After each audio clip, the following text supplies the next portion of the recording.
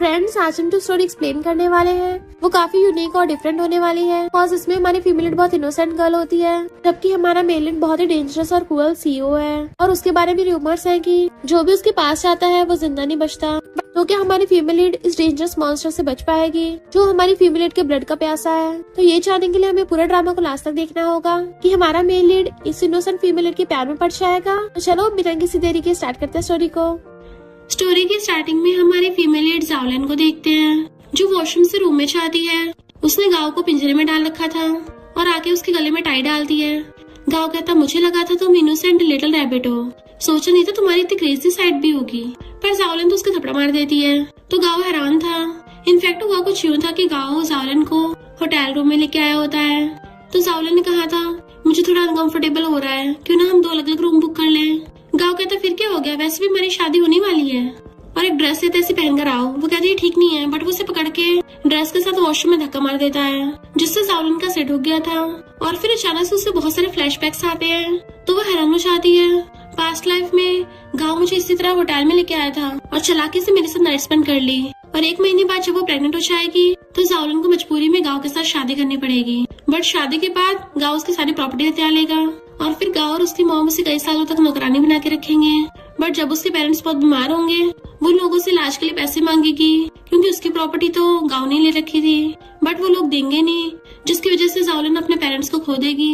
ये सब कुछ याद करके उसकी आंखों में आंसू आ रहे थे और सोचती है, अगर ये सपना रियल है तो मुझे इसको चेंज करना है। और इसी वजह से उसने गाँव को बांध रखा था और कहती है, तूने जानबूझ के एक रूम बुक किया ताकि मुझे प्रेग्नेंट करके मेरी प्रॉपर्टी हथिया ले। गाँव तो एकदम हैरान था, इसको कैसे पता। वो जाने लगी तो कहता है, कम से कम मुझे खोलते तो जाओ, मुझे कपड़े तो देती जाओ, वरना मैं ठंड के मारे बर्फ बन जाऊंगा। जावलन कहती, सही कहा, अगर तुम बताते नहीं तो मुझे तो याद ही नहीं रहता। और जैसे उसके सारे कपड़े उठाती है, गाँव कहता है, हाँ हाँ मुझे मेरे कपड़े पहना दो। बट वो तो विंडो खोलती है। बाहर बहुत ज्यादा स्नो हो रही थी और जावलन उसके सारे कपड़े बालकनी से नीचे फेंक देती है कि अब तो फर्स्ट स्नो पे नंगा भागना, एंड उसको बाय करके भाग जाती है। जबकि गाँव चिल्लाता रह गया था। फिर जावलन जाती कहती है, भले बाहर बहुत ज्यादा ठंड है पर उस नमूने को सबक सिखा के मेरा दिल बहुत ज्यादा वार्म फील कर रहा है।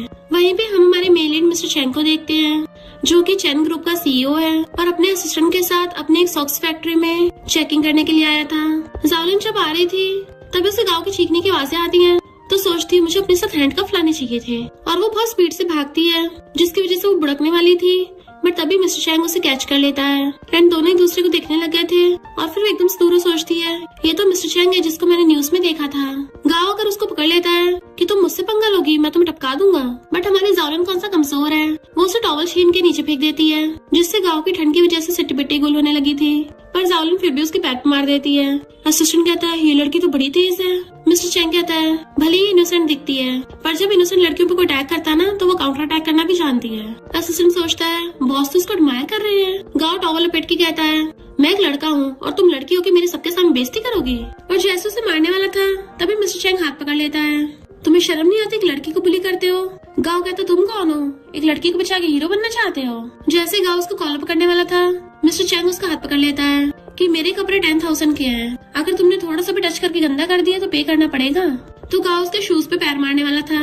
मिस्टर चैंग कहता है, मेरे शूज 5,000 के हैं, अगर तुमने गंदा कर दिया तो चाटना पड़ेगा। और ऐसे करके गाँव जो भी करता वो उसकी हर बार बेइज्जती कर देता। तो गाँव कहता है, डूड तुम क्रेजी हो क्या, मैं कौन सा तुमसे बहस करने आया हूँ, जावलन देखना तुम्हें पछता के मेरे पास वापस आओगी। और वहाँ से भाग जाता है। मिस्टर चैंग पूछता, तुम ठीक तो हो ना? तो कहती है, थैंक यू, पर तुम इतने ज्यादा कैलकुलेटिव कैसे हो? असिस्टेंट कहता है, हमारे बॉस फाइनेंस में जीनियस हैं और बहुत स्टिंगी भी। जावलन कहती, स्टिंगी है, तब भी इसने डिजास्टर में इतना सारा डोनेशन किया है। मिस्टर चैंग हैरान था कि इसको कैसे पता। जावलन सोचती, मैंने अपने सपने में देखा था, इससे अपने पैसों से डिजास्टर वाले लोगों की हेल्प की थी और स्कूल्स और हॉस्पिटल्स दोबारा बनवाए थे। मिस्टर चैंग नोटिस करता है कि उसके पैरों में ठंड लग रही है तो उसे सॉक्स निकाल के देता है। वो कहती है, ये तो प्योर वूल के बने हैं तो बहुत एक्सपेंसिव होंगे, रहने दो, मुझे इतनी ठंड भी नहीं लग रही है।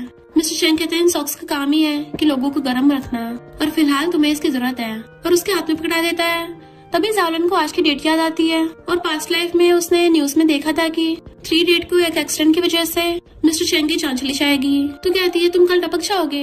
ऑफ कोर्स मिस्टर चैंग और असिस्टेंट हैरान थे, तो उसे यकीन दिलाने के लिए मिस्टर चैंग का बायोडाटा बताने लग जाती है कि तुमने जिंग यूनिवर्सिटी से ग्रेजुएशन किया है। वो पूछता, तुम्हें सब कैसे पता? तो सोचती, अगर मैंने इसको बताया कि मुझे सपना आया था ये सोचेगा कि मैं पागल हूँ। और कहती है, बस तुम इतना याद रखना, कल तुम साउथ की तरफ मत जाना। मिस्टर चैंग कहता है, मेरी न्यू फैक्ट्री ओपन हो रही है तो जाना जरूरी है। और जाने लगा था तो सोचती भला इतना बड़ा बॉस मेरी बात को सुनेगा, बट मिस्टर चेंग वापस आकर उसे अपने ग्लव्स निकाल के दे देता है। वो मना कर रही थी बट फिर भी पकड़ा देता है। पहले तो जाओलन जाने लगती है, पर फिर अचानक से उसे मिस्टर चेंग की अच्छाई याद आती है कि उसने स्ट्रेंजर होने के बावजूद भी उसकी हेल्प की। इसलिए वो एकदम से पलट के मिस्टर चेंग को आवाज मारती है, तो वो भी हैरान होकर उसे पलट के देखता है। तो वो भागकर जाकर उसका हाथ पकड़ लेती है कि कल तुम टपकना पसंद करोगे या फिर मुझसे शादी करना, तुम खुद चूज करो।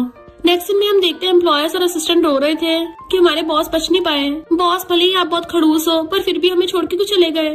तभी मिस्टर चेंग आके सोचता है इन लोगों ने कितनी अगली फोटो चूज की है और कहता है क्यों शोर मचा रखा है।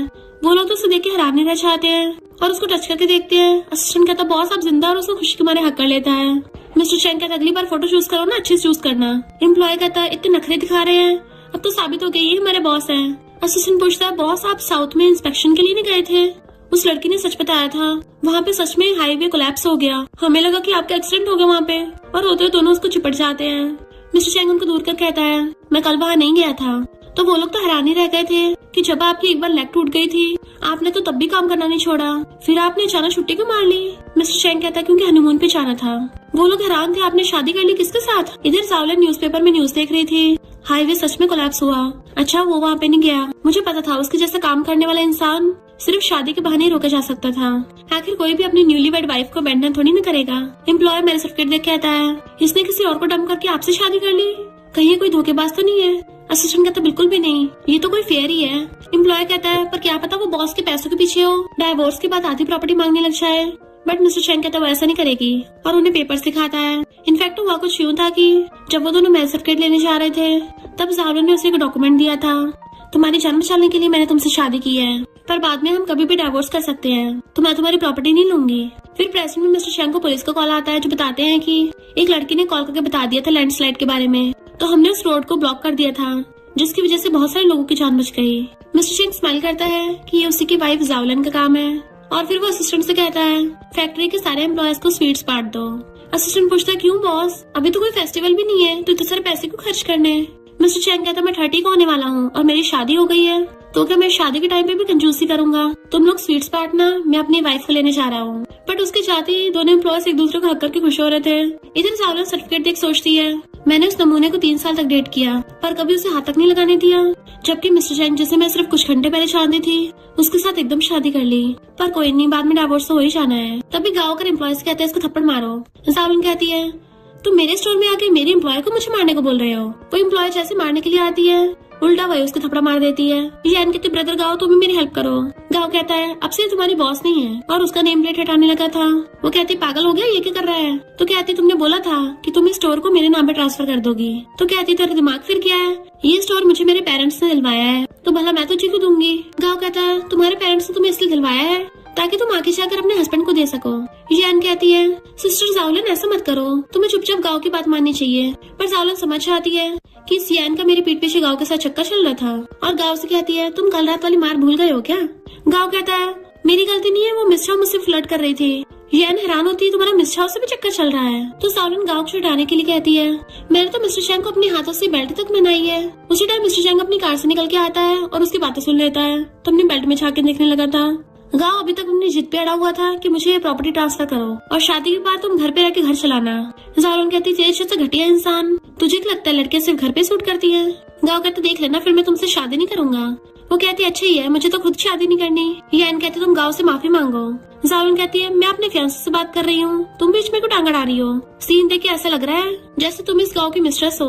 बट गाँव वहाँ पर अपने बंदे बुला लेता है जो जाओलन के खिलाफ अफवाह फैलाने लगे थे कि ये स्कैम करती है, जिस वजह से वहाँ पे भीड़ इकट्ठी हो जाती है।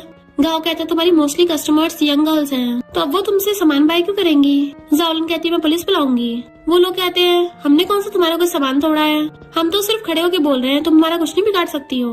गाँव कहता है अच्छा होगा तुम ये स्टोर मेरे नाम कर दो वरना रोज मैं अपने 4 बंदे बुला के तुम्हारे स्टोर के सामने खड़ा कर दूंगा। तभी बीच में मिस्टर चेंग आकर कहता है क्या तुम ये अफोर्ड कर पाओगे? और फिर सबको कैलकुलेशन करके दिखाता है तुम यहाँ पे रोज 4 लोग लाओगे तो उन चारों की डेली इनकम, साथ में रोज बैनर का खर्चा, फिर उनके खाने पीने और उनके फ्यूल का खर्चा, टोटल हुए 10,000। क्या तुम इतने पैसे अफोर्ड कर पाओगे? गाँव के बंदे कहते हैं रोज की डेली इनकम इतनी ज्यादा? मिस्टर चेंग कहता है हाँ मैं तो अपने एम्प्लॉयज को डबल देता हूँ। वो लोग कहते हैं तो हमें भी काम पे रख लो। तो मिस्टर शेंग कहता है तुम किसी भी रेस्टोरेंट में जाकर खाना खाओ और वहां से आते वक्त वहां से बिल लेकर आना ताकि मेरी कंपनी उस बिल को पे कर सके। तो पहला बंदा बोलता है ये बंदा कितना कैलकुलेटिंग है, क्या हम इस पर भरोसा कर सकते हैं? तो दूसरा बंदा उसके झापड़ लगाता और कहता है तुम्हें पता नहीं है क्या, बड़े बड़े बिजनेसमैन ऐसे होते हैं, वो अपने एक एक पैसा सोच समझ के खर्च करते हैं। मेरी नजर में तो ये ट्रू बिजनेसमैन है। तो वो गुंडा ल्यू को देखकर बोलता है कि ये तो 1 टके का आदमी है, बस सब पर अपना बेमतलब का रोप झाड़ता है और अपने आप को किसी सक्सेसफुल बिजनेसमैन दिखाता है। जिसपे वो भड़कते हुए कहता है तुम्हारी हिम्मत कैसे हुई है बोलने की, मैं तुम्हारा बॉस हूँ। जिसपे गुंडा कहता है तुम अपना मुंह बंद रखो, एक लड़की को बुली करने वाला आदमी हमारा बॉस नहीं हो सकता। और अपने बंदों के साथ वहाँ से चला जाता है, जबकि वो तो बस चिल्लाता उनके पीछे पीछे भाग रहा था। जाओलन मिस्टर शेंग से डाइवोर्स लेने को बोलती है तो वो उसे लेके फैक्ट्री आ जाता है। तो वो कहती है ये तो मुझे कहाँ ले आए, ये तो सिविल ब्यूरो नहीं है। जिसपे वो कहता है हम अभी डाइवोर्स नहीं ले सकते। जाओलन कहती है पर शादी तो हमने सिर्फ तुम्हारी जान बचाने के लिए की थी ना, अब तुम ठीक हो तो हमें डाइवोर्स ले लेना चाहिए। वो कहता है ल्यू का मैटर अभी अभी हुआ है, अगर हमने अभी डाइवोर्स ले लिया तो रूमर्स फैलेंगे जिससे मेरी कंपनी इफेक्ट होगी, तो अभी हमें मैरिड होने की एक्टिंग जारी रखनी पड़ेगी।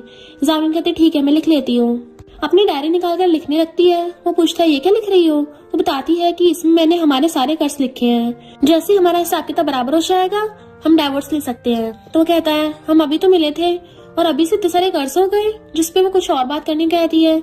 मिस्टर शेंग उसे उसके पेरेंट्स के मेडिकल चेकअप के बारे में पूछता है।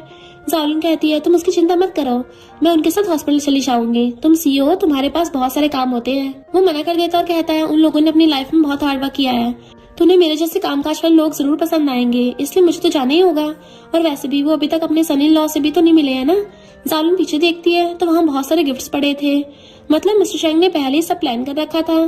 नेक्स्ट सीन में वो दोनों जाओलिन के पेरेंट्स से मिलने आते हैं। मॉम तो मिस्टर शेंग को देखकर लट्टू हो जाती है, पर उसके डैड उसे अभी भी इतना भाव नहीं दे रहे थे। लेकिन मिस्टर शेंग तो अपनी चिकनी चुपड़ी बातों से डैड को फंसाने की पूरी कोशिश कर रहा था। मॉम कहती देखो हमारा सन इन लॉ कितने सारे गिफ्ट लाया है। अब हम देखते हैं कि मॉम ने जाओलिन के पसंद की डिशेस बनाई थी और वो उसे खाने को बोलती हैं, जबकि डैड तो यहाँ भी मिस्टर शेंग को इग्नोर कर रहे हैं। जाओलिन याद करती है कि पास्ट में जब उसके पेरेंट्स की डेथ हो गई थी और वो प्रेग्नेंट थी तो उसका यही सारा खाना खाने का मन करता था और वो अपनी मम्मी को याद करके खूब रोती थी प्रेजेंट में। ये सारी बातें सोचकर उसकी आंखों में आंसू टपकने लगते हैं। तो मॉम और मिस्टर शेंग उसकी फिक्र कर रहे होते हैं, पर डैड तो सीधा उस पर भड़क पड़ते हैं और कहते हैं मुझे तो पहले से पता था कि तुम एक अच्छे लड़के नहीं हो, तुम्हारी वजह से मेरी बेटी की आंखों में आंसू आए। मैंने आज तक अपनी बेटी को एक बार डांटा भी नहीं है और तुमने उसे रुला दिया। डैड उसे घर से बाहर निकालने लगते हैं। जाओलिन उन्हें रोकती है, पर डैड को लगता है कि उनकी बेटी मिस्टर शेंग को प्रोटेक्ट करने के लिए उनसे झूठ बोल रही है और वो और भी ज्यादा गुस्सा हो जाते हैं और उनका पारा और भी ज्यादा चढ़ जाता है। तभी मॉम चिल्लाती है और सबको डांटकर शांति से बैठने के लिए बोलती है एंड डैड से कहती है कि आपने अपनी बेटी का रोना देखा, पर आपने ये नहीं देखा कि आपका सन इन लॉ ने आपकी बेटी की कितनी केयर की। जब वो रो रही थी तो उसे टिश्यू दिया। ये कहते हो कि ड्रमस्टिक का सबसे ज्यादा बड़ा पीस उसे दिया जाएगा और सारे गिफ्ट भी खुद ही कैरी कर करके लेके आया। मुझे तो अपनी बेटी के लिए ऐसे दामाद चाहिए था। अगर आपको इतनी दिक्कत है ना तो ठीक है, मैं आपसे डाइवोर्स ले लेती हूँ। जाओलिन डैड को बताती है कि मैं मिस्टर शेंग की वजह से नहीं रो रही थी, बल्कि मेरी आंखों में आंसू आप लोगों का प्यार देखकर आ गए थे। डैड अभी भी मिस्टर शेंग को वार्निंग देते हैं और बोलते हैं कि मेरी नजरें तुम पर ही हैं। फिर हम अगले सीन में देखते हैं मॉम मिस्टर शेंग को एक रूम में छोड़ जाती हैं और उसे रेस्ट करने के लिए बोलती हैं। तो वो देखता है कि बेड तो बहुत छोटा है जिस पर हम दोनों नहीं सो सकते। फिर उसके दिमाग में ख्याल आता है कि वो नीचे जमीन पर सो जाएगा और फिर कहता है मुझे तो ड्राइव भी करना है, मेरी तो कमर टूट जाएगी। तभी रूम में जाओलिन आती है और उसने एक हॉट नाइट ड्रेस पहनी होती है। वो अपने हाथ में एक रस्सी लाई होती है और पूछती है कि आपको इसे देखकर क्या लगा था। मिस्टर शेंग दूसरी साइड मुंह कर लेता है और बोलता है कि मैं इस टाइप का इंसान नहीं हूँ। उसके पास जाकर कहती है तुम जरा छू के देखो कि ये कपड़ा कैसा है। एक्चुअली उसने तो सर्दियों के लिए स्टॉकिंग्स पैक किए होते हैं। वो यहाँ पे मिस्टर शेंग को न्यू प्रोडक्ट लॉन्च करने का आइडिया देती है, इवन उसका नाम तक रख देती है। उसे आइडिया पसंद आता है और वो उसे उसके एक्सप्लेन करने के लिए कहता है। तो जाओलिन बताती है कि लड़कियां हील्स पहनती हैं जिसकी वजह से उनके पैर सूज जाते हैं। स्टॉकिंग पहनने के बाद एक तो वो विंटर से भी बच सकती है और उन्हें अपनी लेग्स भी पतली लगने लगती हैं। और ये सब बताते हुए अपनी लेग्स शो ऑफ करने लगी थी। मिस्टर शेंग को उसका आइडिया बहुत पसंद आता है तो वो मान जाता है। उसके पूछने पर जाओलिन बताती है कि वो जल्दी जल्दी पैसा कमा के नया घर लेना चाहती है और अपने मम्मी पापा के साथ वहीं पे शिफ्ट होना चाहती है। मिस्टर शेंग कहता है तुम आइडिया और क्रिएटिविटी संभालो, मैं टेक्नोलॉजी और फंड संभालूंगा। और वो उसे कहता है कि मैं तुम्हें 70% हिस्सा दूंगा और 30% मेरा। फिर सोने की तैयारी करते हैं, कल उन्हें जाना भी है। जालिन उठती है और अलमीरा से कम्बल निकालती है और कहती है कि तुम्हें कल ड्राइव करना है ना, तो तुम बेड पर सो जाओ, मैं नीचे जमीन पर सो जाऊंगी। पर मिस्टर चैंग कहता है तुम लड़की हो, मैं तुम्हें जमीन पर नहीं सोने दे सकता। दोनों में कम्बल को लेकर छीना झपटी हो जाती है और वो दोनों ही बेड पर जाकर लुढ़क जाते हैं। और अब हम उन दोनों को साथ में सोते हुए देखते हैं। नेक्स्ट मॉर्निंग जब उठती है तो देखती है कि मिस्टर चैंग तो वहां पर नहीं है। तो वो नीचे आती है। नीचे उसके डैड एक सूट को प्रेस कर रहे होते हैं। तो वो बोलते हैं कि ये सूट तुम्हारी मॉम ने मेरे लिए खरीदा है, बताओ ये कैसा लग रहा है। वो कहती है आप जो भी पहनते हो उसमें आप हैंडसम ही लगते हो। डैड बताते हैं कि कल मिस्टर चैंग ने सूट पहन रखा था, मुझे वो बहुत पसंद आया। वो देखकर मुझे अपने जवानी के दिन याद आ गए। तभी वहां पर मॉम आती है और कहती है तुम यहाँ पर क्या कर रहे हो। डैड कहते हैं मैं सूट में कैसा लग रहा हूँ। मॉम ये देखकर कहती है जल्दी से उतारो, और तुमने अपनी हुडी क्यों नहीं पहन रखी है, ये तो मिस्टर चैंग का सूट है। जालिन भी सोचती है मिस्टर चैंग के कपड़े तो बहुत ज्यादा एक्सपेंसिव होते हैं। डैड फिर भी कहते हैं कि बताओ ये सूट मेरे ऊपर ज्यादा अच्छा लगता है उस पर। तो वो दोनों डैड से सूट उतारने के लिए कहते हैं। डैड कहते हैं ये सिर्फ एक कपड़ा ही तो है, और फ्लेक्स करने लगते हैं जिससे सूट का बटन टूट के मिस्टर चैंग के माथे पर जाकर भिड़ता है। और अब वो सब बैठे हुए होते हैं और जालिन मिस्टर चैंग से माफी मांग रही होती है और वो कहती है मेरे डैड ने जानबूझकर नहीं किया है, तुम्हारा जो भी नुकसान हुआ है मैं उसके लिए तुम्हें कंपनसेट कर दूंगी। मिस्टर चैंग उसे शांत होने के लिए बोलता है, बताता है कि किसने कहा सूट एक्सपेंसिव है, ये तो सिर्फ 200 का है, और वैसे भी इसका सिर्फ बटन ही तो टूटा है, तो क्या हुआ, मॉम मेरे लिए उसे सिल देंगी। डैड तो ये सुनकर कहने लगते हैं कि तुम चिंता मत करो, तुम्हारा बटन टूट गया है ना, तो मैं तुम्हें 200 की जगह 300 रुपए देता हूँ, तुम एक नया सूट खरीद लेना। डैड उसे 300 देते हैं। मिस्टर चैंग कहता है मेरे पास इस सूट के साथ पहनने के लिए शूज भी हैं, आप चाहो तो उन्हें भी पहन सकते हो। पर डैड कहते हैं तुम उसकी चिंता मत करो, मेरे पास लेदर शूज है। और फिर अपने शूज पहन कर आते हैं और शॉप करने लग जाते हैं और कहते हैं मैंने तुम्हारा सूट पहना है, तुम चाहो तो मेरा सूट भी पहन सकते हो। नेक्स्ट हम देखते हैं कि मिस्टर चैंग शर्ट पहन रहा होता है। तो वहाँ टेबल पर बहुत सारी पिक्स लगी होती हैं।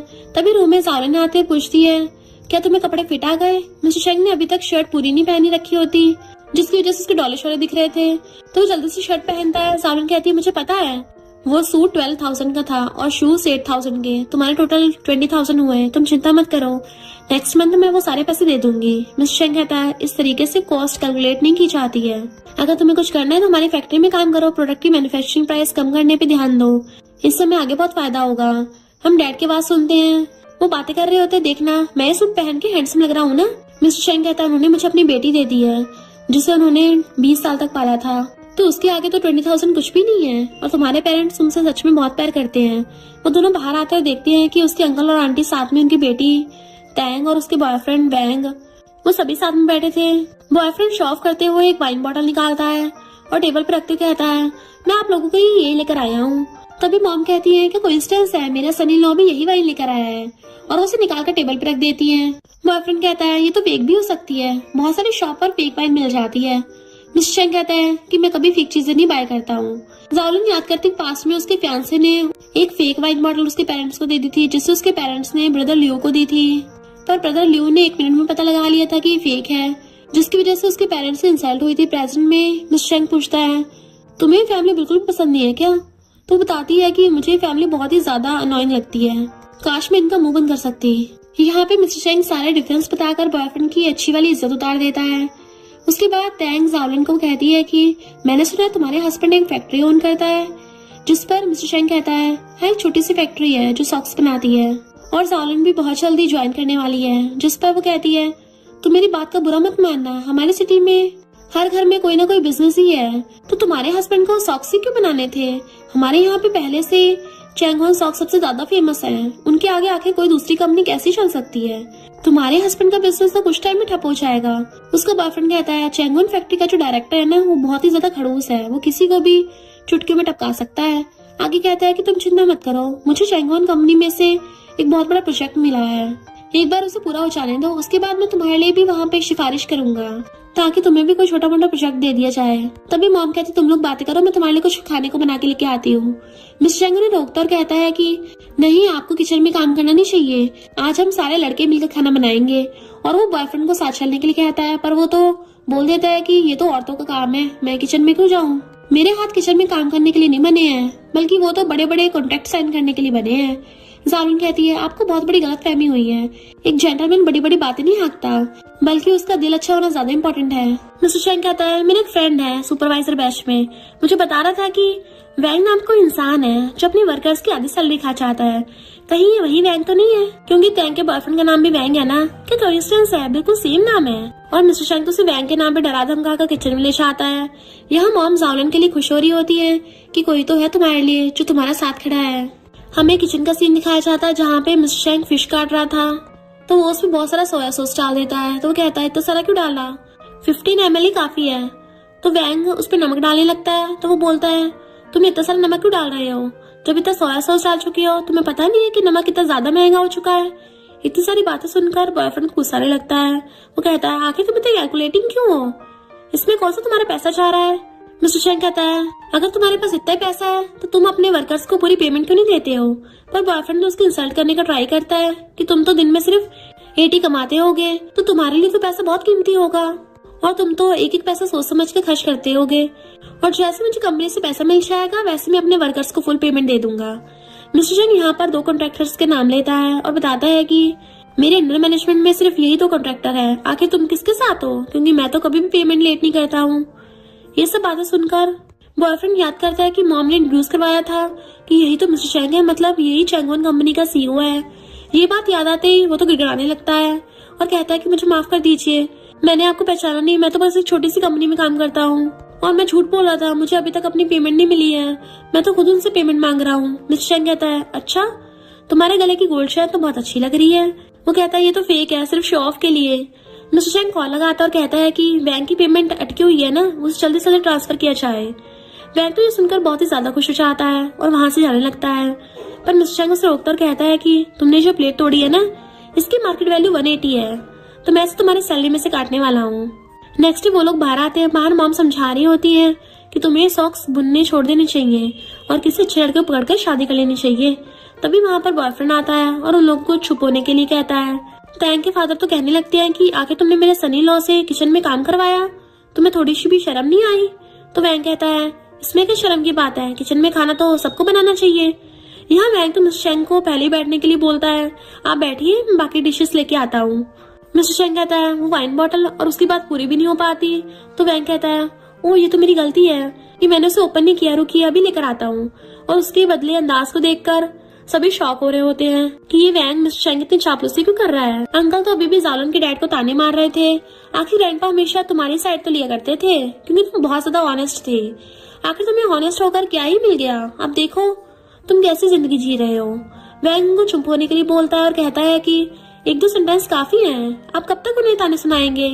पर मिस्टर चैंग कहता है आज हम सब साथ में बैठे भी तो हैं, हमें अपने दिल की भड़ास निकाल लेनी चाहिए, वरना जब जावलन घर पर आएगी तब ये चीजें होगी। इससे अच्छा है कि एक ही बार में सारा माजरा खत्म कर दिया जाए। वो सब अपने दिल की भड़ास निकालने लग जाते हैं और एक दूसरे को ब्लेम करने लगे थे। मिस्टर चैंग कहता है ऐसा नहीं है, उस समय उस लैंड की कोई भी कीमत नहीं थी, जो गवर्नमेंट चेंज हुई उस लैंड की कीमत बहुत ज्यादा हो गई और ग्रैंडपा ने आपका ही साथ दिया था, ना कि जावलन के डैड का। ये सुनकर अंकल इमोशनल हो जाते हैं और डैड से रोते हुए माफी मांगने लगते हैं। इसी तरीके से उनके सारे गिले शिकवे दूर हो गए थे। जावलिन याद करती है कि पास्ट लाइफ में जब उसके पेरेंट्स की डेथ हो गई थी तब तक ये मिसअंडरस्टैंडिंग सॉल्व नहीं हुई थी। अंकल ने उसके डैड के फ्यूनरल के लिए उसे पैसे दिए थे, मीन्स अंकल दिल से बुरे नहीं है। इसी मिसअंडरस्टैंडिंग की वजह से उनमें और डैड में लड़ाई चल रही थी। अंकल और डैड हक करते हैं और अपने सारे गिले शिकवे दूर कर लेते हैं। साथ में वो लोग एक फैमिली फोटो भी खींचते हैं। पर ग्रुप फोटो लेते टाइम वैंग तो मिस्टर चैंग को टीज कर रहा होता है और कभी उसे जावलिन के क्लोज खड़े होने के लिए बोलता है तो कभी उसे किस करने के लिए बोलता है। जावलिन मिस्टर चैंग को चीक्स पर किस कर देती है और कहती है कि तुम उसे परेशान करना बंद करो, लेकिन मिस्टर चैंग तो उसे लिप टू लिप किस करता है और इसी मोमेंट में उनकी फोटो खिंचाती है। नेक्स्ट सीन में हम देखते हैं कि वो दोनों बेड पर लेटे हुए होते हैं और मैगजीन पढ़ रहे होते हैं। मिस्टर चैंग थोड़ा साइड में होता है तो जावलिन कहती है आज ठंड कुछ ज्यादा है, तुम पास में क्यों नहीं आ जाते। आखिर में बात होती है कि मेरी मॉम को ये मैगजीन खरीदना बहुत पसंद है। बात करते करते वो लोग क्लोज आ जाते हैं तो मिस्टर चैंग कहता है कि सभी को सो जाना चाहिए। जावलिन कह रही है मुझे तो नींद ही नहीं आ रही। जब वो दोनों सोने लगते हैं तो बेड पे पड़ते ही सो जाती है। वो जैसे दूसरी तरफ मुंह करती है उसके कंधे से कपड़े हट जाते हैं। मिस्टर चैंग उसके कपड़े ठीक करने लगता है तो वो उसका हाथ पकड़कर उसे चिपक जाती है और इतना सब होकर तो मिस्टर चैंग के गले से पानी सूखने लगता है। वो कैसे न कैसे खुद पर कंट्रोल कर रहा था। नेक्स्ट सीन में दिखाया जाता है कि वो दोनों अपनी फैक्ट्री में आए हैं जहाँ उनके वर्कर्स उनको बताते हैं कि इस टाइम जो हमारा न्यू प्रोडक्ट लॉन्च हुआ है वो काफी ज्यादा पसंद किया जा रहा है। इनफैक्ट ईस्ट और साउथ में तो लोगों को तो उसकी बड़ी डिमांड है, सभी लोग हमसे सामान खरीद रहे हैं। मिस्टर चैंग सेक्रेटरी से सभी वर्कर्स को वहाँ बुलाने को बोलता है और सभी को रेड एनवलप देता है। वर्कर्स कहते हैं ये जरूर जावलन का आइडिया होगा। उसके बाद मिस्टर चैंग जावलन को सबसे मिलवाता है। वो खुद को इंट्रोड्यूस करवाती है कि मैं आप सबकी प्रोडक्ट मैनेजर हूँ। बाद में सभी वर्कर्स के जाने के बाद वो जावलन से पूछता है तुमने खुद को प्रोडक्ट मैनेजर क्यों बोला? तो कहती है अगर तुम्हें टाइटल अच्छा नहीं लग रहा तो मैं खुद को रिसर्चर भी बोल सकती हूँ। तो कहता है तुम मेरी वाइफ हो, खुद को मैनेजर क्यों कहा? जिसपे वो बताती है कि हमने शादी कुछ टाइम पहले ही तो की है। अगर लोगों को पता चलेगा कि हमारा डिवोर्स हुआ है तो उसे नेगेटिव इम्पैक्ट पड़ेगा। तो मिस्टर चैंग भी बिना मन के मान जाता है और उसे डिस्ट्रीब्यूटर से मिलने को बोलकर वहाँ से लड़ जाता है। जावलन तो सोचती रह जाती है कि इसको क्या हो गया, 1 मिनट में इसका मूड चेंज हो गया। नेक्स्ट मॉर्निंग मिस्टर चैंग को सेक्रेटरी के साथ देखते हैं कार में, जहाँ वो उसे टाइम पूछता है। सेक्रेटरी कहता है बॉस आप मुझसे 5 बार टाइम पूछ रहे हो, इतनी बार पूछ चुके हो, कहीं आप परेशान तो नहीं हो ना? अभी तो सिर्फ 6-10 ही हुए हैं और मिस जावलन तो 6:30 पर निकलेंगी। बट मिस्टर चैंग तो सेक्रेटरी को गाड़ी को कभी इधर और कभी उधर करने को बोल रहा था। सेक्रेटरी कहता है तो हम मिसेस जावलन को कॉल क्यों नहीं कर लेते कि हम उसे लेने के लिए आए हैं? बट मिस्टर चैंग उसे डांटते हुए कहता है कि नहीं हम ऐसा बिल्कुल भी नहीं कर सकते। याद रखना अगर वो पूछे ना तो हमें बस इतना कहना है कि हम यहाँ से निकल रहे थे तो सोचा कि तुम्हें भी साथ ले चले। तभी जावलन बाहर निकल कर आशा आती है। सेक्रेटरी गाड़ी उसके सामने लगा देता है और कहता है कि ओ क्या कोइंसिडेंस है, आप हमें मिल गई हो, हम तो यहाँ से गुजर रहे थे। सेक्रेटरी सामान डिग्गी में रखवाता है और जावलन जाकर आगे वाली सीट पे बैठ जाती है। सेक्रेटरी उसे इशारा करके बोल रहा था कि आपने शायद देखा नहीं है, मिस्टर चैंग भी पीछे बैठा हुआ है। तो जावलन पीछे मुड़ती है और उन्हें गुड मॉर्निंग कहती है। मिस्टर चैंग तो 1 मिनट के लिए सोच रहा था कि वो उसे देखकर पीछे आकर बैठेगी, पर ऐसा कुछ भी नहीं होता। वो तो सीट बेल्ट लगा लेती है और सेक्रेटरी उसे पीछे भेजने के लिए बोलता है कि आगे वाला एसी वैन टूटा हुआ है तो आपको ठंड लगेगी, आपने पैरों में कुछ पहना भी नहीं है इसलिए आपको पीछे बैठ जाना चाहिए। पर वो बोलती नहीं मैंने हमारे न्यू प्रोडक्ट की स्टॉकिंग्स पहनी है तो ये बहुत पतली है और गर्म भी है, देखो कितनी अच्छी लग रही है। ये सब सुन के मिस्टर चैंग तो जेलस हुए जा रहा था। तो वो सेक्रेटरी को डांटते हुए कहता है कि हमें चलना चाहिए वरना हम लेट हो जाएंगे। अब हमें मीटिंग वाला सीन दिखाया जाता है जहाँ पे डिस्ट्रीब्यूटर तो जावलन पर लाइन मार रहा होता है एंड वो तो उसे डायरेक्ट पूछ लेता है कि आप इतने सुंदर हो, आपको कोई बॉयफ्रेंड भी है? जावलन कह देती है कि नहीं मैं सिंगल हूँ, मेरा मेन फोकस अभी काम पे है। और ये सुन तो मिस्टर चैंग का क्या हाल होता है, ये बात तो सेक्रेटरी भी समझ आता है। यहाँ पे डिस्ट्रीब्यूटर जावलन को ड्रिंक कराने के लिए फोर्स कर रहा था और कहता है कि इस बार मैं 30 मिलियन का प्रोडक्ट बाय करूंगा पर आपको ड्रिंक करनी पड़ेगी। जावलन उसे टालने की कोशिश कर रही थी लेकिन वो तो मान ही नहीं रहा था, जिस पर मिस्टर चैंग कहता है अगर इतना अच्छा मौका है तो हमें सिर्फ ड्रिंक ही क्यों करनी है। वो सेक्रेटरी ली को बुलाता और बोलता है कि डिस्ट्रीब्यूटर के लिए यहाँ की special dish fish in sauce लेकर आओ और याद रखना कि ये डिश मोस्ट ऑथेंटिक होनी चाहिए। अब हम देखते हैं कि वो डिश आती है। मिस्टर चैंग उसके बारे में बताता है कि इसमें ओल्ड विनेगर को फ्रेश फिश में डाला गया है और ये बहुत टेस्टी होती है। वो उसे सर्व करता है और जबरदस्ती उसे वो फिश उसे खिला देता है। डिस्ट्रीब्यूटर को वो फिश बिल्कुल पसंद नहीं आती पर फिर भी मिस्टर चैंग उसे जबरदस्ती खिलाने लगा था। उस डिस्ट्रीब्यूटर के पानी मांगने पर तो वो वेटर बुलाकर उन्हें कटोरी राइस देने के लिए बोलता है ताकि वो फिश सूप जो कि विनेगर था उसे राइस में मिलाकर खा सके। ये सब देखकर डिस्ट्रीब्यूटर की मैनेजर भी वहाँ आई हुई होती है। वो जावलन को वाइन पीने के लिए देती है और कहती है कि ये वाइन 20 साल से भी ज्यादा पुरानी है। वो मना करती है कि मेरे अंदर अल्कोहल टॉलरेंस ज्यादा नहीं है तो मैं ये वाइन नहीं पी सकती। मैनेजर कहती है तुम तो एक मामूली सी वर्कर हो, आखिर तुम्हें मुझे मना करने का कॉन्फिडेंस कहाँ से आया? तो जावलन कहती है ये कॉन्फिडेंस मुझे मिस्टर चैंग ने दिया है। हमें फ्लैशबैक में दिखाया जाता है कि यहाँ से पहले जावलन अल्कोहल टॉलरेंस के लिए मेडिसिन ले रही होती है तो मिस्टर चैंग आकर उसका हाथ पकड़ लेता है और वो मना करता और बोलता है कि तुम्हें मेडिसिन लेने की कोई जरूरत नहीं है।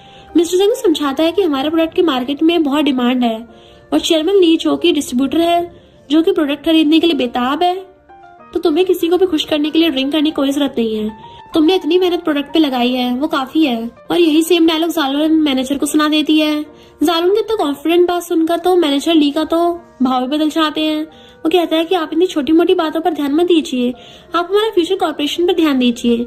मैं आपसे 30 मिलियन का प्रोडक्ट खरीदूंगा। जिसपे मिस्टर चैंग कहता है हाँ बिल्कुल खरीद सकते हो लेकिन उससे पहले तुम्हें जूस सर्व करना होगा। और चेयरमैन ली खुशी खुशी जूस लाने को बोलता है। यहाँ टेबल के नीचे मैनेजर मिस्टर चैंग के पैरों टच करके उसे सेड्यूस करने का ट्राई कर रही होती है लेकिन उसे लगता है कि ये तो जावलन का काम है। मिस्टर चैंग को लग रहा था कि ये पैर जावलन के हैं तो ये सोचकर उससे पट भी रहा होता है। उसी चक्कर में बहुत ज्यादा ड्रिंक कर लेता है। नेक्स्ट वो लोग अपने होटल रूम में आते हैं। मिस्टर चैंग जावलन से पूछता है तुमने ये सब क्यों किया? तो वो बताती है कि मैं तो हमेशा से ड्रिंक करने के लिए मना ही करना चाहती थी लेकिन मुझ में पहले तक हिम्मत नहीं थी। मुझे हिम्मत देने के लिए तुम्हारा बहुत बहुत शुक्रिया। मिस्टर चैंग टल्ली होता है तो वो जावलन कमर पे हाथ रखता है और उसे अपने क्लोज ले आता है, फिर उसे किस कर लेता है। मिस्टर चैंग कहता है थैंक यू अभी जस्ट सिग्नल देने के लिए। जावलन पूछती है सिग्नल? मैंने क्या किया है? तो मिस्टर बताता है कि वो टेबल के नीचे तुमने जो मेरा पैर पर टच किया था। जावलिन कहती है मैंने तो ऐसा कुछ भी नहीं किया। तब उस समझ में आता है कि वो तो मैनेजर ही थी। तो वो पूछता है कि जब मैं तुम्हें किस कर रहा था तो तुमने मुझे रोका क्यों नहीं।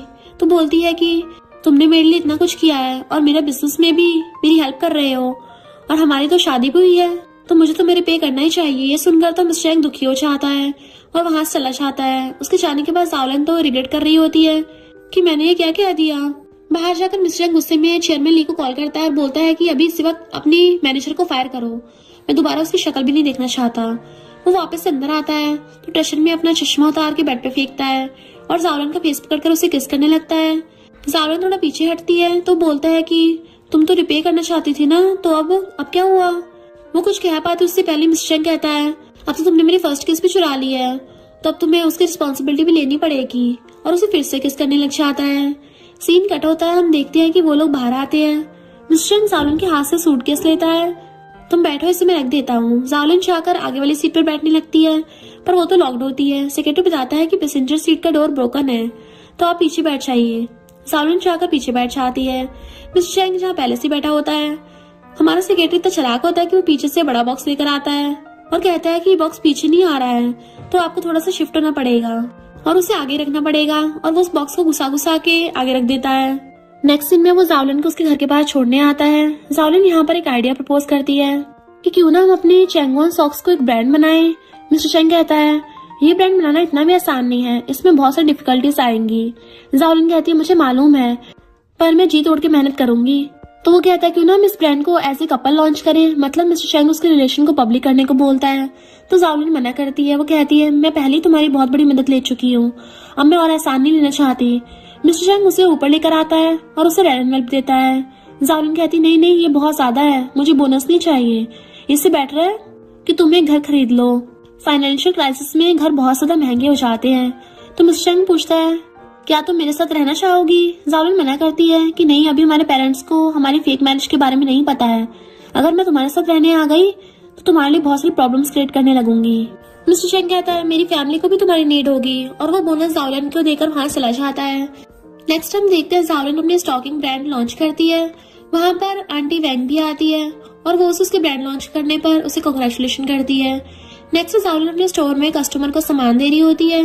तभी 3 लड़के वहाँ पर आती हैं कि तुमने स्टॉकिंग बनाना शुरू कर दिया। ये यहाँ पर अभी भी ईयर पियर्सिंग होती है। जावलिन यहाँ करके अपना टूल उठाती है और पूछती तुम्हें कहाँ पे पियर्सिंग चाहिए। वो लड़की जिन कहती है मुझे लिप्स पे, नोज पे, फोरहेड पे, चिन पे भी पियर्सिंग चाहिए। पर जावलिन देखती है कि उसके हाथ तो शेक कर रहे हैं। वो इतना ज्यादा डर रही है जिसे देखकर जावलिन मना कर देती है कि मैं इतनी सारी पियर्सिंग नहीं करूंगी। तुम इतना डर रही हो फिर भी इतनी सारी पियर्सिंग करवाना चाहती हो, किसी के बहकावे मत आओ। तभी जिन की फ्रेंड कहती है हम ऑलरेडी फर्स्ट ग्रेड में हैं, हम किसी के बहकावे में नहीं आ रहे हैं, हम तो बस यूनिक बनना चाहते हैं। वैसे भी तुम्हें करना है, तुम बस अपने काम पे ध्यान दो, और अगर तुम्हें पियर्सिंग नहीं करनी है तो रहने दो, हम कहीं और से करवा लेंगे। वो जिन को लेकर यहाँ से जाने लगती है, पर हमारी जावलिन किसी से कम थोड़ी ना है। वो सिटी की सारी पियर्सिंग शॉप पे कॉल कर जिन के हुलिया बताती है और उनसे मना कर देती है कि आप उसकी पियर्सिंग मत करना। जिन तो अपने फ्रेंड्स के बहकावे में इतना ज्यादा ही आई होती है। वो कहती है आप हमारे बीच दरार डलवाने की कोशिश न करें, ये मेरी बेस्ट फ्रेंड है और ये मेरा बुरा कभी नहीं चाहेगी। और जिन के फ्रेंड भी जावलिन को जीप दिखाकर वहां से चली जाती है। उनके जाने के बाद जावलिन को एक इम्पोर्टेंट बात याद आती है, तो वो उसे शॉप की निगरानी रखने को बोलकर सीधा मिस्टर चैंग के पास जाती है। एक्चुअली मिस्टर चैंग आज उसकी मॉम से इंड्यूस करवाने लगाया था। मॉम को जावलिन बहुत ज्यादा पसंद आती है, तो वो तो उसे मिस्टर चैंग के बचपन की फोटो एल्बम दिखाने बैठ जाती हैं। फोटो में उसे जिन और मिस्टर चैंग के बचपन की फोटोज दिखा रही होती हैं। तभी वहां पर जिन आ जाती है और जावलिन जिन एक दूसरे को देख के हैरानी हो जाते हैं, क्योंकि अभी तो वो स्टोर में मिले थे। जिन यहाँ पे कहती है कि ब्रदर यही वो लड़की है जिसने मुझे थोड़ी देर पहले बुली किया था। मिस्टर चैंग पूछता है आखिर हुआ क्या था। जावलिन बताने लगती है, पर मिस्टर चैंग तो अपनी सिस्टर पर चिल्लाते हुए कहता है कि मैं तुमसे पूछ रहा हूँ, तुमने ऐसा क्या किया जिससे मेरी वाइफ को गुस्सा आ गया है। इवन मॉम भी जिन को माफी मांगने के लिए कहती है। जिन गुस्से में कहती है आखिर मैं एक बात पे माफी क्यों मांगू, मेरे फ्रेंड्स बिल्कुल सही कहते हैं, आप लोग मुझे बिल्कुल प्यार नहीं करते और आप में फैशन की समझ तो बिल्कुल भी नहीं है। पियर्सिंग तो आजकल ट्रेंड है। मॉम कहती है दोस्त वो नहीं होते जो फैमिली खिलाफ तुम्हें भड़काए, और तुम किस ट्रेंड की बात कर रही हो, मैंने तो किसी को भी पियर्सिंग नहीं देखी। जावलिन कहती है तुम्हारा फैशन सेंस उतना ही घटिया है जितना तुम्हारे दोस्त। वो कहती है तुम्हारे सॉक्स तो कितने अगली लग रहे हैं, और ये तो किसी भी शॉप पे सिर्फ 5 रुपीज के मिल जाएंगे। जिन कहती है ऐसा नहीं हो सकता, ये फॉरेन से इम्पोर्ट किए हुए हैं और ये 500 के हैं और ये मुझे मेरी फ्रेंड ने गिफ्ट किया है। पर जावलन कहती तुम्हारे सॉक्स स्टिचिंग करते हैं ना और तुम्हें फिट भी नहीं आते और फ्लोर पे फिसल भी चाहती हो। ये सारी बातें सुनकर तो जिनजिन अपने रूम में चली जाती है और वहां जाकर रोने लगी थी। जावलन उसके रूम में आ जाती है और कहती है कि चलो मैं तुम्हें शॉपिंग में ले चलूं। जिनजिन मना कर देती है तो वो कहती है कि तुम्हारे भाई ने मुझे अपना कार्ड दिया है, अगर तुम नहीं आओगी तो मैं सारे पैसे खुद ही उड़ा दूंगी। अब हमें शॉपिंग का सीन दिखाया जाता है जहाँ पे जावलन जिनजिन को कपड़े दिलवाती है और उसमें वो बहुत ज्यादा खूबसूरत लग रही होती है। फिर जावलन उसे अगले चश्मा पहनने से मना करते हुए बताती है कि तुम पे पियर्सिंग बिल्कुल भी अच्छी नहीं लगेगी, तुम क्यों अपना फेस पर स्कार चाहती हो। वो कहती है कि मेरे फ्रेंड ने कहा था कि पियर्सिंग मुझ पे बहुत अच्छी लगेगी और ये ट्रेंड में है। तो जावलन कहती है फिर वो खुद ही पियर्सिंग क्यों नहीं करवा रही थी, सिर्फ तुम्हें क्यों फोर्स कर रही है। तभी जिनजिन को उसके फ्रेंड का कॉल आ जाता है और वो उसे शॉपिंग में चलने कहती है।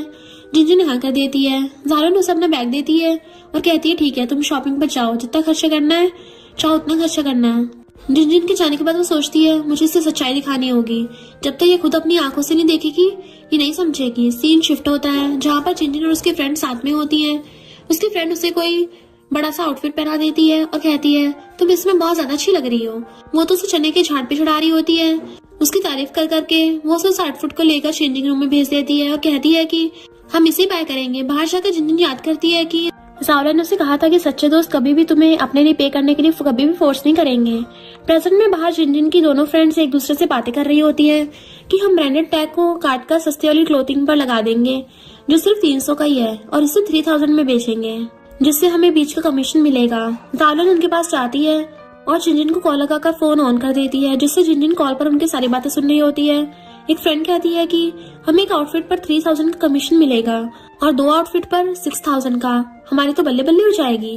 पहली फ्रेंड कहती है कि क्या वो ये 2 आउटफिट लेगी भी। तो दूसरी फ्रेंड कहती है मैं उसे कहूंगी ये बेस्ट फ्रेंड के लिए मैचिंग आउटफिट है, वो मेरे लिए भी पेमेंट कर ही देगी। यही कहकर वो टैग काट कर एक्सचेंज कर देती है और कहती है कि उसके पास डैडी नहीं है इसलिए तो मैं उसकी दोस्त बन गई और उस बेगल लड़की के पास डैडी नहीं है तो उसे बेवकूफ बनाना और भी ज्यादा इजी है। जिनजिन बाहर आती है, उसकी दोस्त बुलाती है। टोटल 9000 हुए हैं और मुझे आउटफिट बहुत पसंद आया है, बेस्ट फ्रेंड के लिए आउटफिट बेस्ट रहेगा और अभी मेरे पास पैसे नहीं है तो तुम मेरे लिए यहीं पे पे कर दोगी है ना। पर जिनजिन कह देती है कि मुझे अगली ड्रेस नहीं चाहिए और तुमने इसके टैक्स चेंज कर दिए हैं, ये तो इतनी महंगी है भी नहीं है। जब उनको पता पड़ता है जिनजिन ने उनकी बातें सुन ली है तो वो तो अपनी बात से पलट जाती है और कहने लगती है कि हम दोनों ने साफ साफ देखा है कि टैक्स हमने नहीं तुमने चेंज किए हैं, अब तुम्हें इन सबके लिए पे करना पड़ेगा वरना हम पुलिस को कॉल कर देंगे। तभी वहाँ पर जावलन चाहती और कहती है कि हाँ पुलिस को तो जरूर बुलाना चाहिए, उन्हें पता होना चाहिए आखिर कैसे यहाँ पर टैक्स चेंज हुए हैं। और वो उस रिकॉर्डिंग को चला देती है जिसमें वो दोनों टैक्स चेंज कर रही थी और अपने मुंह से कह रही थी कि हाँ हमने टैक्स चेंज किए हैं। तो उसकी फ्रेंड बोलने लगती है ये आंटी तो फेक है, ये हमारी दोस्ती में दरार दिलवाने की कोशिश कर रही है, मैं तुम्हारी बेस्ट फ्रेंड हूँ, तुम्हें मेरी बात सुननी चाहिए। पर जिनजिन को तो सारा कुछ सच पता चल गया था तो गुस्से में जाकर चुप करवा देती है और कहती है कि मेरे डैड की डेथ हो गई थी, तब से मैंने तुमको अपनी फैमिली समझा है। और उसके मुंह पे वो पुराने सॉक्स फेंक कर अपनी सिस्टर इन लॉ के साथ वहां चली आती है और पीछे ये दोनों दोस्त एक दूसरे पर इल्जाम लगाने लग जाती हैं कि तुम्हें पे करना होगा, नहीं तुम्हें पे करना होगा। फिर हम लियो को देखते हैं जो कि पूल गेम खेलते हुए बात कर रहा होता है कि मैंने इस पर बहुत बड़ा ऑर्डर फाइल करने जा रहा हूँ पर मुझे पूरा यकीन है कि वो मेरी यान फैक्ट्री से ऑर्डर जरूर लेंगे। उसके दोस्त उसकी तारीफ करने लगते हैं कि आप तो कितने बेस्ट हो। लियो कहता है एक बार ये डील डन हो जाए फिर मैं तुम सबको एक पार्टी दूंगा। तभी उसे चाइनीज सॉन्ग्स डिपार्टमेंट से कॉल आता है और वो बोलते हैं कि आपका प्रोडक्ट बहुत ज्यादा लो क्वालिटी का है तो हम ये प्रोडक्ट नहीं ले सकते।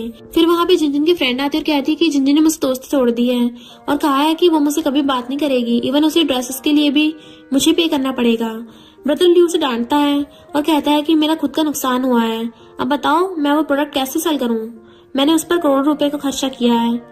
सीन शिफ्ट होता है, हमें कॉन्फ्रेंस का सीन दिखाया जाता है जहाँ पर ब्रदर लियो सिक्योरिटी से बोल रहा था कि मैं आपके डायरेक्टर को जानता हूँ, प्लीज मुझे अंदर जाने। तभी वहाँ से जावलन अंदर चली जाती है। वो कहता है तुमने इसे क्यों जाने दिया, तो बताता है कि ये तो हमारी मैनेजर है। जावलन स्टेज पर जाती है और अपनी स्पीच देने लगी थी। ब्रदर लियो देख लेता है ये तो जावलन ही है। अपनी स्पीच में बताती है कि हमने $20 मिलियन का बिजनेस किया है और हमारी स्टॉकिंग पूरी कंट्री में बेस्ट स्टॉकिंग का अवार्ड जीत चुके हैं। ब्रदर लियो तो सिक्योरिटी गार्ड्स को बुलाने लगता है कि मुझे अंदर जाने दो, इसको तो मैं जानता हूँ, ये मेरी फियांसे है। अंदर जाने की कोशिश कर रहा था पर सिक्योरिटी गार्ड तो उसे लात मारकर बाहर भगा देता है। सीन कट होता है और हमें हॉस्पिटल में दिखाया जाता है। जावलन और मिस्टर चंग वहाँ पे भगे भगे आते हैं। वहाँ पे तैंग का बॉयफ्रेंड वैंग भी होता है और बताता है कि उस लियो के बच्चे ने अंकल को धक्का दे दिया था, जिसकी वजह से उनके सर में बहुत गहरी चोट आई है और उसने एम्बुलेंस को भी कॉल नहीं किया और वो भाग गया। जब तक हम वहाँ पर पहुंचे तब तक अंकल कंडीशन बहुत ज्यादा सीरियस हो गई थी। डॉक्टर ने कहा कि अभी हमें वेट करना होगा। वो लोग अभी कुछ भी नहीं कह सकते थे। ये सुनकर तो ज़ारा रोने लगती है और अपने पास्ट का सीन याद करती है। पहले भी वो ऑपरेशन थिएटर के बाहर खड़ी थी और वो लियो और उसकी मॉम से पैसों के लिए भीख मांग रही थी, पर उन लोगों ने उसे पैसे नहीं दिए थे, जिसकी वजह से उसके पेरेंट्स की डेथ हो गई थी। तो कहती है मैंने किस्मत को बदलने की कोशिश की, पर अभी मेरे साथ वही हो रहा है। पहले भी लियो की वजह से मेरे पेरेंट्स की डेथ हुई थी पास्ट लाइफ में, और अब इस प्रेजेंट लाइफ में उसने मेरे डैड को धक्का दिया। ये सोचकर वो गिरने लगी थी, बट मिस्टर चैंग उसे संभाल लेता और कहता है कि मैं हूं ना, तुम्हें डरने की कोई जरूरत नहीं है। तुम बस एक चीज याद रखो कि तुम्हारे पेरेंट्स मेरे भी पेरेंट्स हैं, मैं उन्हें कुछ भी नहीं होने दूंगा। अभी वहाँ पर सेक्रेटरी आता है और कहता है कि मैंने पता लगा लिया है, लियो ज़ाओलन के डैड के पास आया था ताकि वो उन्हें शादी के लिए फोर्स कर सके, पर जब वो नहीं माने धक्का देकर भाग गया। अभी वो एक होटल में छुपा हुआ है और वो यहाँ से भागने की तैयारी कर रहा है। तभी टीवी पर सीन दिखाया जाता है कि कोई आदमी किसी को धक्का मारकर भाग गया है। हॉस्पिटल में उसकी हालत बहुत सीरियस है। उसने ब्राइट कलर की शर्ट पहन रखी है। नहीं तो ये सुनकर बहुत ज्यादा घबरा जाता है। तभी उसे चैंगॉन फैक्ट्री से कॉल आता है कि उसका प्रोडक्ट अप्रूव हो गया है और तुम्हें ऑफिस में आके कॉन्ट्रैक्ट साइन करना होगा, वहीं तुम्हें पेमेंट का चेक भी मिलेगा। ये सुन के तो लियो की खुशी का ठिकाना नहीं रहता और उसे लगता है कि उसने एक बहुत बड़ा तीर मार लिया है और वो जल्दी से ऑफिस पहुंचता है। वहाँ सेक्रेटरी लियो आता है तो लियो उसके साथ कॉन्ट्रैक्ट साइन करता है। सेक्रेटरी उसे चेक देता है। चेक मिलते ही वो सेक्रेटरी को गले लगा लेता है और सेक्रेटरी बेचारा सोचता है कि ये कौन बंदर गले पड़ गया है। ये सारी चीजें बाहर खड़े ज़ाओलन और मिस्टर चैंग देख रहे थे। नेक्स्ट वो दोनों लंच पर एक एक्सपेंसिव रेस्टोरेंट पर जाते हैं। तभी वहाँ लियो आता है और ज़ाओलन को देखकर मिस्टर चैंग की इंसल्ट करने लगता है। वो बोलता है तुम मुझे यहाँ क्यों लेके आई हो, इस जगह पर लंच करने में तुम्हारी 1 मंथ की सैलरी लग जाएगी। ज़ाओलन वहाँ से उठकर जाने लगती है तो लियो से रोकता और कहता है मैंने सुना तुम्हारे डैड की तबीयत खराब है और वो हॉस्पिटल में है, क्यों ना तुम अपने यूजलेस हस्बैंड को छोड़कर मेरे पास आ जाओ, क्या पता मेरा मूड अच्छा हो जाए तो मैं तुम्हारे पेरेंट्स की हेल्प भी कर दूं। ये कहकर वहाँ चला जाता है। तभी भगा भगा होटल मैनेजर आता है और कहता है इस सब के लिए मैं माफी मांगता हूँ, मैं भी लियो को यहाँ से बाहर निकाल देता हूँ। पर मिस्टर चैंग उसे ऐसा करने से मना कर देता है और उसे कहता है कि कोई बात नहीं, वैसे भी उसके अच्छे दिन खत्म होने वाले हैं। अब हम दिखाया चाहता है कि ज़ाओलन लियो का रास्ता रोक कर खड़ी है और उसको बोल भी रही थी कि तुम्हारे प्रोडक्ट की क्वालिटी तो बहुत खराब है, पर वो तो उल्टा ज़ाओलन से कहता है इसमें मेरी नहीं तुम्हारी गलती है, तुमने इन चीजें चेक नहीं की थी। वहाँ सेक्रेटरी लेना आता है तो उसे बोलता है कि अब आप ही बताइए, इसमें मेरी कोई गलती नहीं है, आप प्रोडक्ट दोबारा चेक करवाइए क्योंकि मेरा प्रोडक्ट तो बिल्कुल सही है। तभी मिस्टर चैंग की एंट्री होती है। सेक्रेटरी से न्यूज करवाते हुए कहता है कि ये हमारे बॉस है मिस्टर चैंग। उसे देखकर तो लियो के होश उड़ जाते हैं और वो कहता है तुम सबने मेरे साथ स्कैम किया है। मिस्टर चैंग कहता है हमने किया है स्कैम, रियली? और जो तुमने लो क्वालिटी प्रोडक्ट सेल किया है उसका क्या? ये सुनकर तो वो वहीं बैठ कर रोने लगता है। सीन हॉस्पिटल पर आता है। ज़ाओलन अपने पेरेंट्स से मिलने आती है। वहाँ डैड पूछते हैं क्या मिस्टर चैंग सच में कंपनी का बॉस है? ज़ाओलन हाँ करती है। डैड कहते हैं फिर तो तुम्हें उसे डिवोर्स देना चाहिए, वो इतना बड़ा इंसान है, तुम्हारी केयर नहीं करेगा, मुझे तुम्हारी चिंता हो रही है। तभी मिस्टर चैंग वहाँ आता है। वो डैड के लिए सूप लाया होता है। डैड कहते हैं मुझे नॉर्मल सूप पसंद नहीं है, तुम इसे ले जाओ। पर वो कहता मुझे पता है, ज़ाओलन ने मुझे बताया था, इसलिए मैंने खुद अपने हाथों से आपके लिए बहुत सारा वेज डालकर सूप बनाया है। डैड को तो वो सूप इतना ज्यादा पसंद आता है कि वो उसे एक झटके में चटकर चाहते हैं। मिस्टर चैंग उन्हें एप्पल देता है। डैड कहते हैं तुम इतने बड़े बॉस हो, स्टिल तुम्हें कुकिंग भी आती है। वो बताता है कि मेरे डैड बचपन में गुजर गए थे तो मैंने बचपन से सारी चीजें सीखी हैं और खुद की और मेरी फैमिली का ध्यान रखा है। डैड ये बातें सुनकर वो एप्पल मिस्टर चैंग को देने लगते हैं और कहते हैं तुम भी खाओ। इसे मिस्टर चैंग खाता है और कहता है मैं इसका हमेशा ख्याल रखूंगा, उसने मुझे एक फैमिली दी है, अब मेरे पास भी डैड है। नेक्स्ट मिस्टर चैंग घर आता है। तभी ज़ाओलन उसके लिए ब्रेकफास्ट लेकर आती है और पूछती है मॉम ने बताया कि तुमने पूरी रात जाकर डैड का ध्यान रखा है, हम केयर टेकर को रख सकते हैं। मिस्टर चैंग कहता है केयर टेकर बहुत क्लमसी होते हैं और मैं खुद डैड का ध्यान रखना चाहता हूँ। वो मिस्टर चैंग के सर पर हाथ रखती है और पूछती है तुम थक गए हो? यहाँ पे आके मिस्टर चैंग अपने फादर को याद करता और कहता है मुझे तुमसे थोड़ी सी जलन हो रही है, तुम्हारे पास डैड है जो तुमसे इतना प्यार करते हैं और सपोर्ट करते हैं, जबकि बचपन से मैं अपनी फैमिली एंड फ्रेंड्स को सपोर्ट बनाऊं। तो वो उसका फेस पकड़ कहती है मैं हूं ना तुम्हें सपोर्ट करने के लिए, अब से मैं तुम्हें सपोर्ट करूंगी। ज़ाओलन मिस्टर चैंग को किस करती है और वो भी ज़ाओलन को किस बैक करता है एंड फिर वो लोग पैशनेट किस करने लग जाते हैं, जिसके बाद वो लोग रोमांटिक टाइम स्पेंड करते हैं।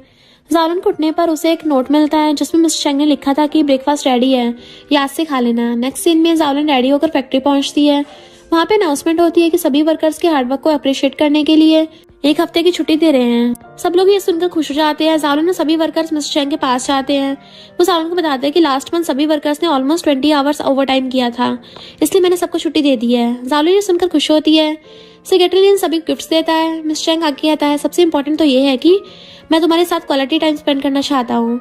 सीन कट होता है और हमें दिखाया जाता है कि एम्प्लॉयर सालन को बता रही होती है एक कंपनी ने हमारे प्रोडक्ट्स का फेक वर्जन बनाया है जिसे वो ऑनलाइन बेच रहे हैं। उस प्रोडक्ट की क्वालिटी बहुत ज्यादा लो है जिसकी वजह से हमारे प्रोडक्ट पर नेगेटिव रिव्यू आ रहे हैं।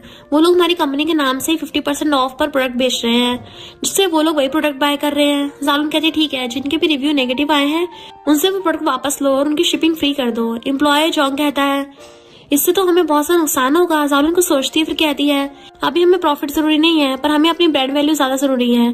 तभी वहाँ पर तालियां बजाते हुए उस फेक कंपनी का ओनर जियान आती है। जालून उसे यहाँ से निकल जाने को बोलती है तो वो बताती है कि मैं बस यहाँ पर अपने एक एम्प्लॉय को यहाँ से लेने आई हूँ। हम देखते हैं कि जालून की टीम से एक एम्प्लॉय जियान के साथ चला जाता है तो वो बाकी एम्प्लॉय से कहती है जो भी मेरी टीम में काम करेगा मैं उसे डबल सैलरी दूंगी और मेरी टीम में साइन अप करने के लिए बोनस भी मिलेगा। तभी जॉन्ग खड़ा होता है और कहता है मिस सावलन मुझे माफ करना, मेरी वाइफ प्रेग्नेंट है और मुझे पैसों की बहुत जरूरत है। ये कहकर वो जियान की टीम में चला जाता है। जावलन को बहुत बुरा लगता है पर वो कुछ भी कर नहीं सकती थी। जियान नेवल हंसी हंसाते हुए कहती है अब लोग मेरी कंपनी से ऑर्डर करेंगे और जब उन्हें सामान पसंद नहीं आएगा तो लोग तुम्हें लो क्वालिटी का माल रिटर्न करके अच्छी क्वालिटी का माल ले लेंगे। इसमें तुम्हारी कंपनी का नुकसान होगा और मुझे फ्री में पैसे मिलेंगे। ये कहकर वो वहाँ से ले जाती है। नेक्स्ट हम देखते हैं कि लोग लो क्वालिटी का प्रोडक्ट रिटर्न कर रहे होते हैं। जावलन अपने एम्प्लॉयज कहती है कि हमें अपनी प्रोडक्शन बढ़ानी होगी इसलिए तुम आसपास की सारी फैक्ट्री से कॉन्टेक्ट करो। जब तक हमारा ऑनलाइन स्टोर है तब तक हमारी सिचुएशन पलटने के चांसेस है और मैं अगर मिस्टर चैंग से बात करती हूँ और कोई सोल्यूशन निकालती हूँ। तभी एक एम्प्लॉय डॉक्यूमेंट जिसमें ऑनलाइन प्लेटफॉर्म की तरफ से सीरियस वार्निंग आई होती है क्योंकि इतने सारे नेगेटिव रिव्यूज है इस वजह से उनका ऑनलाइन स्टोर फ्रीज कर दिया गया है। अगर ऐसे चलता रहा तो उनके सारे स्टोर परमानेंटली क्लोज हो जाएंगे। ये सुनकर जावलन बहुत टेंशन में चाहती है और मिस्टर चैंग से बात करने के लिए उसके ऑफिस में चाहती है। सेक्रेटरी बताती है कि बॉस सच में यहाँ नहीं है, वो मीटिंग के लिए बाहर गए हुए हैं। जावलन कहती है मेरा उनसे मिलना बहुत जरूरी है, वो मेरा कॉल भी पिक नहीं कर रहे हैं, उसने हमारा ऑनलाइन स्टोर फ्रीज करवा दिया है। सेक्रेटरी कहता है मुझे माफ कर दीजिए, मैं इसमें आपकी कोई हेल्प नहीं कर सकता। चेंगन और भी यूनिट्स है और हमारे उनकी रेपुटेशन का भी ख्याल रखना है। हम जावलन का गोडाउन में देखते हैं जहाँ पर वो बैठकर रोने लगती है। उसे जियान का मैसेज आता है कि तुम्हारे सारे एम्प्लॉयज जा चुके हैं, तुम्हारे पास अभी कोई भी फंडिंग नहीं बची है, तुम्हें तो अपना स्टोर बंद कर देना चाहिए। थोड़ी देर रोने के बाद जब वो बाहर आती है तो वह जिनजिन को देखती है। उसे बताती है कि अगर हम अपने प्रोडक्ट पर टैग लगा देंगे तो हमारे कस्टमर सही प्रोडक्ट बाय करके फेक प्रोडक्ट हमें रिटर्न नहीं कर सकते। तभी सेक्रेटरी खड़ा होता है, बताता है कि मेरी गर्लफ्रेंड ने मुझे धमकी दी है, अगर मैंने आपकी कोई हेल्प नहीं की तो मुझे सारी रात बाहर खड़ा रहना पड़ेगा। जिनजिन उसे चुप करवाती है। तभी मॉमडेड वहाँ आते हैं और कहते हैं जब से तुम पैदा हुई हो तब से हर साल तुम्हारे बर्थडे पे हम 20 ग्राम गोल्ड बाय करते थे ताकि तुम्हें अपना कोई बिजनेस या अपनी नई लाइफ शुरू करनी हो तो तुम इसका यूज कर सकती हो। तुम्हारे मॉमडेड तुम्हारे लिए कुछ ज्यादा तो नहीं कर पाए पर ये रख लो, तुम्हारे काम आएगा। जावलन इमोशनल हो जाती है। तभी मिस्टर चैंग वहाँ आता है। जिनजिन तो उसे डांट देती है, तुम्हारी वजह से मेरी सिस्टर इन लॉ रो रही थी, अब तुम यहाँ पर क्यों आए हो, चले जाओ यहाँ से। वो बताता है कि मुझे माफ कर दो, मैं मीटिंग में गया हुआ था और मेरा फोन डेड हो गया था। जावलन पूछती है तुमने हमारा ऑनलाइन स्टोर फ्रीज क्यों करवा दिया। तो बताता है कि मैंने उस पर कंपनी पर केस करने गया था और डॉक्यूमेंट दिखाकर बोलता है कि परेशान होने की कोई बात नहीं है, अब वो हमारे फेक प्रोडक्ट नहीं बना पाएंगे और अभी हम अपने स्टोर को रीओपन कर सकते हैं और स्टोर शुरू करने पे गवर्नमेंट की तरफ से फंडिंग भी मिलेगी। अब सब मिलकर वो मार्केटिंग के लिए नो प्लान बनाते हैं जिसमें अब से वो खुद वीडियो बनाया करेंगे प्रोडक्ट की ताकि कस्टमर खरीदने से पहले प्रोडक्ट की क्वालिटी देख सके। इसके बाद वो अपने स्टोर को रीओपन करते हैं और उन्हें फर्स्ट ऑर्डर मिलता है 30,000 पीसेस का। ये सुनकर सभी बहुत ज्यादा खुश हो जाते हैं और इन तीनों कपल एक दूसरे को हक कर लेते हैं। पहले सब देखते हैं कि उसकी सिस्टर तो सेक्रेटरी के साथ सेट है तो वो सेक्रेटरी का गला पकड़ लेता है और पूछता है तुम्हारा ये सब कब से चल रहा है। जावलन उसे रोकती है और उनका ये आइडिया काम भी करता है। धीरे धीरे उनका बिजनेस ग्रो होने लगता है। ऐसे करते करते जावलन अपनी स्टॉकिंग टोटल्स 9 वेरिएंट में लॉन्च करती है और अब पूरे वर्ल्ड में उसकी स्टॉकिंग की डिमांड बढ़ जाती है और यही हमारे ड्रामा की हैप्पी एंडिंग हो जाती है बिकॉज वो लोग साथ में खुशी खुशी रहने लग गए थे।